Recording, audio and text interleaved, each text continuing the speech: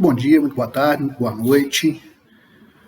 Hoje eu quero falar com vocês sobre a cláusula de direitos políticos. O que é a cláusula de direitos políticos? Primeiro, a cláusula de direitos políticos é uma daquelas cláusulas que compõem o nosso sistema de planejamento patrimonial da família através da holding familiar, que é onde a gente constitui aquele sistema de gatilho. O que é o sistema de gatilho? O sistema de gatilho é aquele sistema que nós fazemos para que no momento da doação das cotas da holding familiar para os filhos ou para os herdeiros, ele não dispare antes da hora e também dispare na hora correta.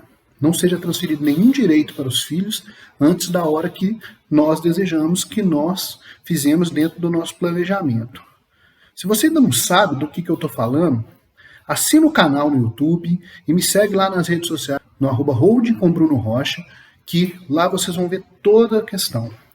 Mas hoje eu quero falar dessa cláusula, que é a cláusula de direitos políticos. E por que colocar uma cláusula de direitos políticos? Bom, quando nós formamos o nosso sistema de gatilho, nós imbuímos ele com cláusulas de proteção do patrimônio e que nos permitem evitar que os herdeiros tenham qualquer tipo de poder sobre os bens antes do momento correto. Uma dessas cláusulas é a de direito político. Mas o que são os direitos políticos? Afinal, nós já colocamos cláusula de administração permanente, cláusula de reserva de usufruto. Não já está tudo com o doador? Não já está tudo com o patriarca, com a matriarca? Não. O que são os direitos? Os direitos políticos? Eles são direitos inerentes aos sócios.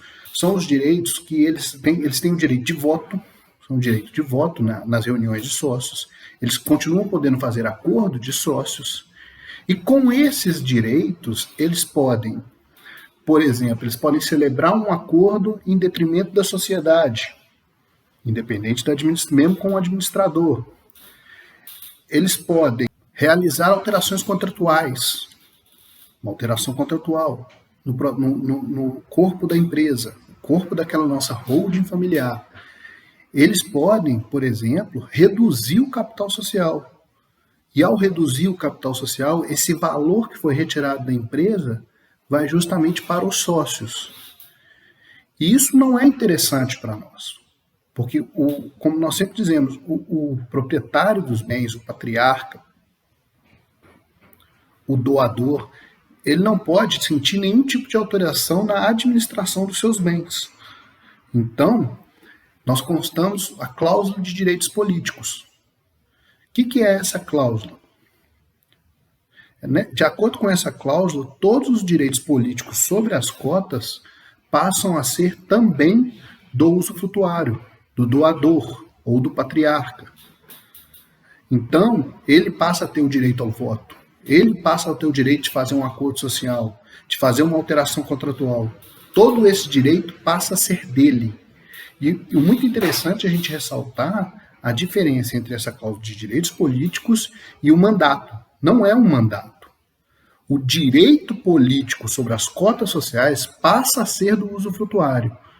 Ele não está exercendo aquilo em nome dos outros sócios. E qual que é a principal diferença nisso? É que, um simples exemplo para vocês. Se tivermos uma reunião de sócios e tiver lá o patriarca e o filho, que efetivamente é o sócio da empresa, e o patriarca tiver uma cláusula de mandato, quem vai exercer o voto vai ser o filho que estiver lá. Mas se ele estiver constando, igual a gente consta no nosso sistema, a cláusula de direitos políticos, quem vai exercer esse direito naquele momento, nesse mesmo momento que eu falei, vai ser o patriarca, vai ser o doador, mesmo o sócio estando presente.